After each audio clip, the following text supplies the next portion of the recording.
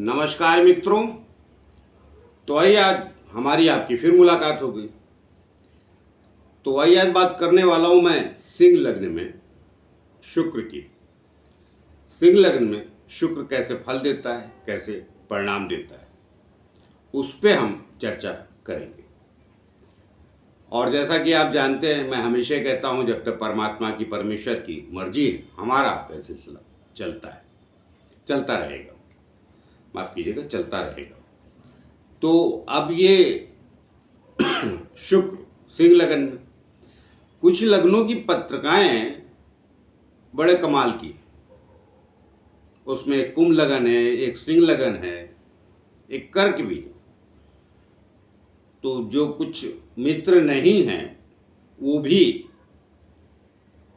परिणाम अच्छे देते हैं, विशेष रूप से सिंह लग्न और कुंभ लग्न जो उनके मित्र नहीं। तो जैसे कि सूर्य का मित्र नहीं है ये कौन, शुक्र, मगर परिणाम खराब नहीं देता, परिणाम सदैव अच्छे ही देता है। ज्यादातर खराब भी दे सकता है अगर खराब स्थितियों में बैठा है, लेकिन ज्यादातर ये अच्छे परिणाम देता है। कारण क्या है, इस लग्न में शुक्र आपके लग्न में 5 लिखा रहेगा तो आपका सिंह लगन है, और वहां से एक 5, 6, 7, तो तीसरे स्थान पे इसकी तुला राशि आती है, और फिर आप जाएंगे 10वें स्थान पे तो वृषभ राशि आती है। तो ये आपके तीसरे और 10वें स्थान का स्वामी हो जाता है। तो जब 2 स्थान का स्वामी हो तो तीसरे स्थान का स्वामी होगा तो गड़बड़ हुआ, लेकिन उसे भी गड़बड़ नहीं कह सकते, वो पराक्रम हो जाता है। फिर पराक्रम मनुष्य का क्या होता है, कर्म से देखा जाता है तो कर्म स्थान का स्वामी हो जाता है।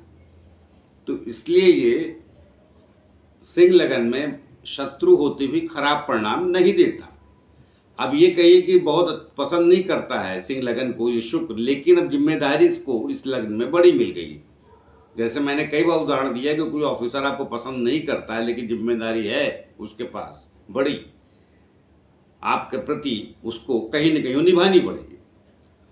तो आइए आगे चर्चा करूँ, उसके पहले छोटी सी प्रार्थना मैं और भी करता हूँ कि जिन लोगों ने हमारा चैनल सब्सक्राइब नहीं किया कृपया कर लीजिए, उससे हमें बल और शक्ति मिलती है जो आप लोगों के द्वारा ही आती है। तो आइए बात करते हैं सिंह लगन की। तो देखिए, सिंह लगन में शुक्र खराब फल बहुत कम देता है। सभी ग्रह किसी भी कितने भी शुभ देते हो परिणाम, लेकिन खराब भी देते। जब खराब स्थानों से कनेक्ट हो जाते हैं, गलत, अब 6, 8, 12 तो बदनाम ही है, तो तीसरे स्थान के स्वामी में तो तीसरों भी मानता हूँ, लेकिन जो अगेन 10वें स्थान का स्वामी हो जाता है, और दोनों में कहीं न कहीं मनुष्य का पराक्रम, मतलब क्या, परिश्रम से ज्यादा बल, उसे पराक्रम कहते हैं। और कर्म जो आपकी कोई भी क्षेत्र में जो आप कर रहे हैं तो उसमें बलवान हो जाता है, उस कर्म क्षेत्र को बढ़ा देता है। मगर इतना फल ये देखिए मित्र, नहीं तो इतना फल अपनी दशा में ये अच्छा नहीं देता है शुक्र। अब 1-2 प्लेनेट, 7-8 प्लेनेट, इसके बाद 2-3-8 प्लेनेट वो अंतर दशाओं में अच्छे बैठे हैं तो उनमें दे जाएगा, लेकिन ये कहा ना अनमने मन से फल देता है कौन, शुक्र। आपके भी लग्न में बड़ा प्रसन्न होकर नहीं देता, मजबूरी उस देता है, क्योंकि अब जिम्मेदारी बड़ी है तो देना ही पड़ेगा, ली है बड़ी जिम्मेदारी, कर्मस्थान का स्वामी होगा, आपके कर्मस्थान का ही स्वामी है। तो कुंडली में मैंने पहले भी कहा है, आज भी फिर से कह देता हूं, सबसे मुख्य स्थान कर्मस्थान ही होता है। वो और लग्नेश दोनों एक समान ही मानता हूं मैं। ये दोनों अच्छे बैठ जाए किसी कुंडली में, बाकी स्थान खराब भी हो, बाकी परेशानियां भी हो, तो जीवन मनुष्य का बेहतर निकल जाता है। और कहीं दशा और वगैरह आ गई तो फिर कहने किया, या अंतरदशा आ गई तो वो कालखंड 3-4 साल का या 2-2.5 साल का बहुत अच्छा होता है। तो बात क्या है कि कर रहा था शुक्र की, तो शुक्र 10वें का स्वामी है, तो इसकी जब दशा चलेगी तो इतने अच्छे फल नहीं देगा, मगर जब बाकी ग्रहों की दशा चले और ये कहीं केंद्र में कम देगा, आपको भी एक चलिए रहस्य बता देता हूँ। केंद्र में जो क्रूर ग्रह होते हैं वो ज़्यादा बेहतर परिणाम देते हैं। तो वो बहुत धनवान और बहुत पैसे वाले और बहुत तरक्की वाली बात नहीं होती, संघर्ष से आदमी ऊंचाइयाँ प्राप्त करता है। लेकिन त्रिकोण में जो ग्रह बैठ जाते हैं, इसलिए केंद्र त्रिकोण का राजयोग पकड़ा जाता है। तो ये केंद्र का स्वामी है आपके कर्म स्थान का, और तीसरे का तो वही। तो मैंने कहा कि पहले कर्म स्थान पकड़ेंगे आप यहाँ पर, क्योंकि कर्म स्थान मैंने कहा ना बलवान होता है पूरी कुंडली में, और आपका लग्न। तो अब ये फल कब अच्छे देगा? जब बाकी ग्रह की दशा चले, इसकी दृष्टि पड़े, उसकी दृष्टि की, और कहीं केंद्र त्रिकोण से देख लिया, जैसे पंचम भाव में चला गया, तो देखने में ये अपने घर से 8वां गया, क्योंकि इसके सामने सप्तम घर आएगा तो चौथा, वहां पंचम तो 8वां। अब मान लीजिए 11वें स्थान पे जो ग्रह बैठा है, तो इसकी दृष्टि पड़ेगी, तो वो ग्रह की दशा चल रही हो, इसकी दृष्टि महान फल दे जाएगी। या 9वें घर में बैठा हो ये कौन? शुक्र। बेस्ट स्थितियां बता रहा हूं, बाद में आता हूं। या 9वें घर में बैठ जाए, तो अपने से 12वां गया 9वें घर में, तो किस में जाएगा? मेष राशि में। तो मेष राशि में जाएगा तो मंगल आपका में, तो मंगल अगर आपके पराक्रम भाव में बैठा इसी राशि में, तुला में, और मेष में बैठ के दृष्टि दे दे, बहुत बढ़िया फल देगा। या अब ये तो 2 बेस्ट हो गए। अब केंद्र में भी अगर बैठा है 1, 4, 7, 10 शुक्र आपका, और उसके सामने कोई ग्रह बैठा है, इसकी एक ही दृष्टि होती 7वीं मुख्य रूप से। बाकी तो गहराई में जाए तो हर ग्रह की 3-3 दृष्टियाँ होती हैं, हर राशि की भी होती हैं, लेकिन वो बहुत ना के बराबर साथी बनती है। तो अब केंद्र में भी देगा, इसकी दृष्टि में जो ग्रह आएगा, या तभी बेहतर देगा। सूर्य आपका इसको देखे, तो इसके साथ बैठा हो तो नहीं, यही तो सब शर्तें होती हैं। मंगल इसको देखे, यही तो सब शर्तें होती हैं, यही तो बारीकी बातें होती हैं, जो लोग गहराई से जाते नहीं। मेरा तो केंद्र त्रिकोण राजयोग है, बिल्कुल सही है। लग्न का मालिक सूर्य है, और मंगल भी केंद्र त्रिकोण राजयोग बनाता है आपके, उसमें चौथे स्थान का और भाग्य स्थान का स्वामी हो जाता है। इसके साथ बैठ गया तो केंद्र त्रिकोण राजयोग तो बना, बिल्कुल सही बात, बनेगा और फल भी मिलेगा। मगर जो मैं स्थितियां बता रहा हूं ज्यादा दृष्टि से मिलेगा, तो आपसी दृष्टि भी पड़ती तो उसको भी तो केंद्र त्रिकोण का राजयोग बोलते हैं। तो बैठेगा तो कम परिणाम देगा, कुछ मंगल के साथ बैठ जाए तो कुछ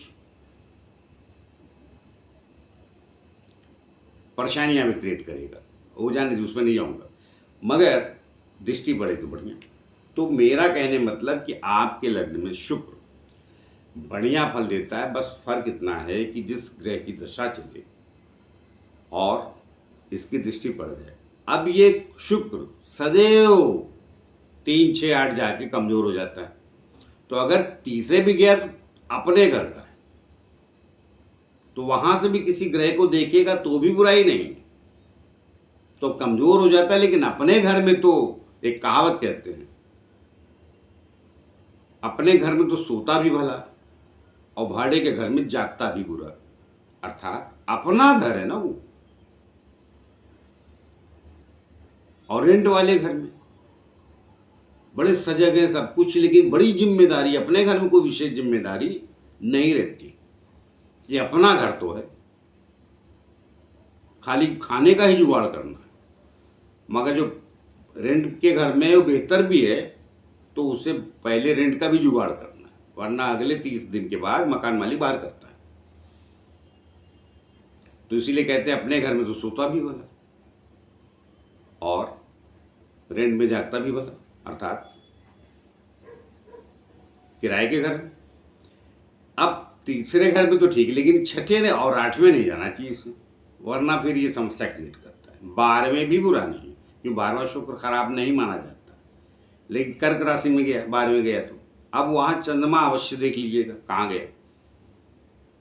तो कुल एक बात यह है कि खराब परिणाम आपका ये शुक्र आपके लग्न में नहीं देता है, बेहतर परिणाम देता है, ऊंचाइयाँ देता है, ऐशो आराम देता है, मनुष्य को शौकीन बनाता है। वो गुरु भी है तो थोड़ा टिप टाप कपड़े पहनता है, बेहतर स्थिति को जीता है।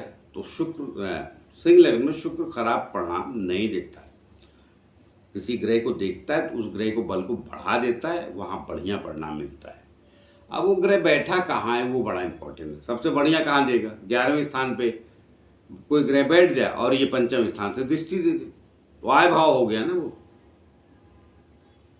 वहाँ जब कोई ग्रह बैठेगा और दृष्टि देगा तो बेहतर, क्योंकि शुभ बुध की राशि में बैठे 11वें स्थान पे, और बुध आपके तीसरे लाभ स्थान की 11वें स्थान की और दूसरे स्थान की स्वामी बुध, इसलिए मैंने बोला सबसे बेस्ट परिणाम वही देगा। बाकी जगह भी देगा मगर थोड़ा थोड़ा कम था। तो आइए बात करते किसी और नए विषय को लेके। तब तक के लिए आज्ञा दीजिए। जाते जाते फिर से प्रार्थना कि जिन लोग हमारे चैनल सब्सक्राइब नहीं किए कृपया कर लीजिए, उससे हमें बल और शक्ति मिलती है जो आप लोगों के द्वारा ही आती है। तो मिलते हैं किसी और नए विषय को लेके। तब तक के लिए नमस्कार।